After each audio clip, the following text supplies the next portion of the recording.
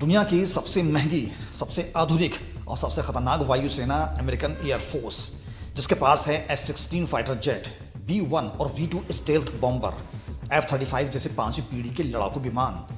लेकिन उसी एयरफोर्स को ईरान के खिलाफ चल रहे युद्ध में अब तक कई बड़े झटके लग चुके हैं। 3 F-15 लड़ाकू विमान गिरे, और वो भी अपने ही दोस्त की मिसाइल से।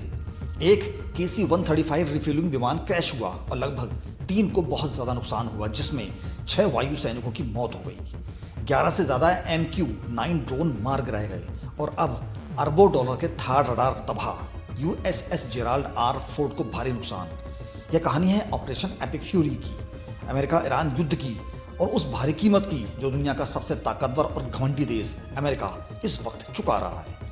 28 फरवरी 2026 उस दिन अमेरिकी राष्ट्रपति डोनाल्ड ट्रंप ने अपने ट्रुथ सोशल अकाउंट पर एक वीडियो पोस्ट किया 8 मिनट का, जिसमें उन्होंने ऐलान किया कि अमेरिका ने ईरान के खिलाफ एक बड़ा सैन्य अभियान शुरू किया है। ट्रंप ने कहा कि हमारा मकसद है ईरान परमाणु हथियार न बना सके। हम उनकी मिसाइलें तबाह करेंगे, उनकी मिसाइल इंडस्ट्री को जड़ से उखाड़ फेंकेंगे। पेंटागन ने इस मिशन का नाम रखा ऑपरेशन एपिक फ्यूरी, यानी महाक्रोध का अभियान। लेकिन यह क्रोध, गुस्सा सिर्फ एक तरफा नहीं था। ईरान ने भी पलटकर इसका जवाब दिया, और वो जवाब इतना खतरनाक था कि अमेरिका की रीढ़ हिल गई।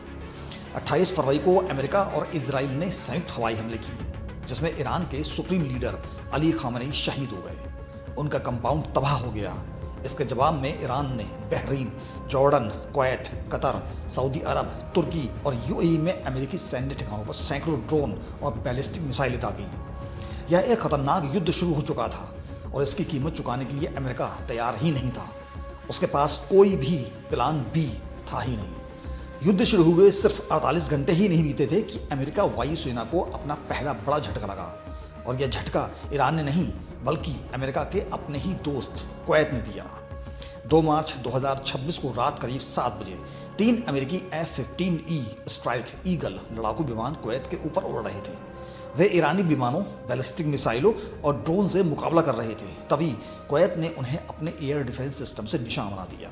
तीनों F-15 विमान तबाह हो गए, लेकिन खुशकिस्मती से 6 पायलट सुरक्षित रहे।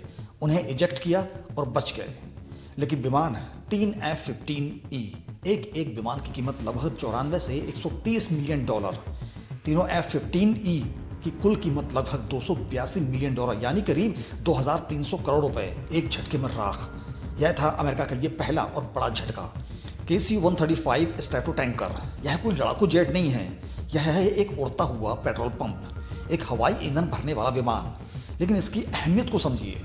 अमेरिकी वायु ठिकानों को ईरान के हमलों में भारी नुकसान पहुंचा है, और इस वजह से अमेरिकी लड़ाकू विमानों को दूर दराज के ठिकानों से उड़ान भरनी पड़ रही है, जिसकी वजह से KC-135 पर निर्भरता और भी ज़्यादा बढ़ गई है।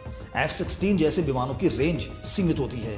बिना KC-F-35 के वे ईरान तक पहुंच ही नहीं सकते। KC-135 ही वह कड़ी है जो अमेरिका वायुसेना को एक साथ जोड़े रखती है। इसलिए इसे कहा जाता है वायुसेना की रीढ़। और इसी रीढ़ पर चोट हुई 12 मार्च 2026 को। पश्चिमी इराक में ऑपरेशन एपिक फ्यूरी के दौरान एक KC-135 स्ट्रैटो टैंकर दुर्घटनाग्रस्त हो गया। यह घटना पड़ोसी देश कुवैत के हवाई क्षेत्र में हुई। इसमें 3 विमान शामिल थे। शुरू में कहा गया कि 4 की मौत हुई है, लेकिन बाद में पता चला कि KC-135 पर सवार सभी 6 वायु सैनिक मारे गए। इसको लेकर पेंटागन में प्रेस कॉन्फ्रेंस हुई। रक्षा सचिव पीट हेगसेथ ने कहा कि युद्ध नरक होता है, युद्ध अफरा तफरी होती है। हमारे KC-135 की दुखद दुर्घटना ने दिखाया कि बुरी चीजें हो सकती हैं। ये सब अमेरिकी हीरो थे। इराक में ईरान समर्थित मिलिशिया संगठन इस्लामिक रेसिस्टेंस इन इराक ने इस विमान को मार गिराने की जिम्मेदारी ली। उन्होंने कहा कि उन्होंने उचित हथियारों से KC-135 को निशाना बनाया। सिर्फ F-15 और KC-135 ही नहीं, अमेरिका को कई एक और मोर्चे पर भी नुकसान उठाना पड़ा।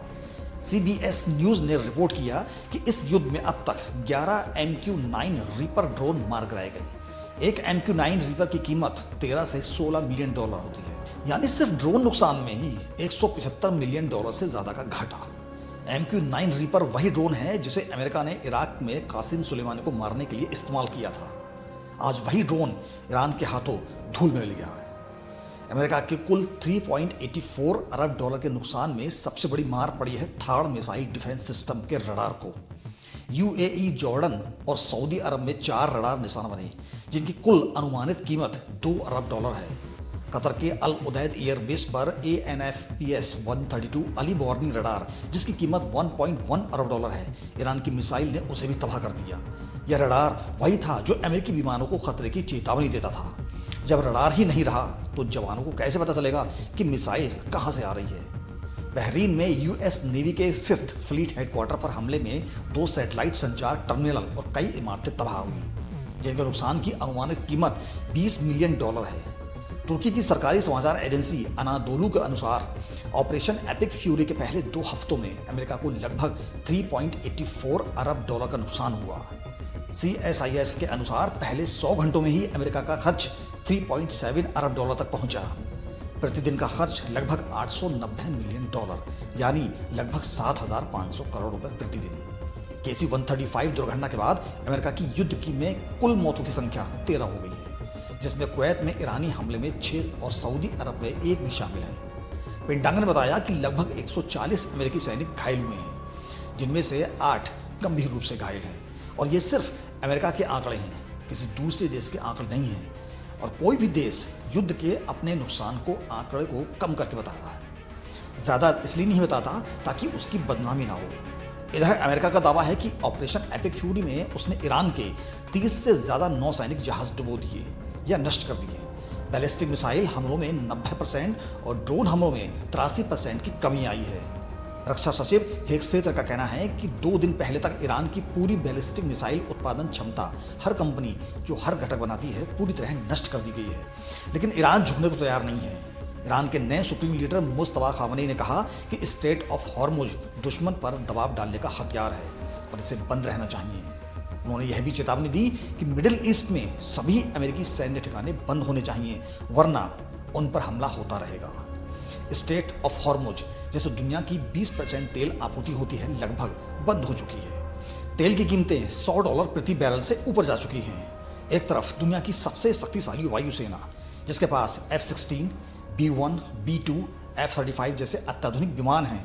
दूसरी तरफ ईरान, जिस पर दशकों से प्रतिबंध लगे हैं, जिसकी अर्थव्यवस्था डूब रही है, जिसके सुप्रीम लीडर शहीद हो चुके हैं, फिर भी 3 F-15 गिरे, 1 KC-135 तबाह, 11 MQ-9 ड्रोन नेस्तो नाबूद, $2 अरब के रडार राख, 13 अमेरिकी सैनिकों की मौत, लगभग $4 अरब का नुकसान, और सिर्फ 2 हफ्तों में। ट्रंप ने कहा कि हमारे पास बेमिसाल फायर पावर है, असीमित गोला बारूद है और पर्याप्त समय है। लेकिन असली सवाल है कि क्या अमेरिका इस युद्ध की मानवीय और आर्थिक कीमत को लंबे समय तक चुका सकता है? और क्या ईरान वाकई घुटने टेकेगा?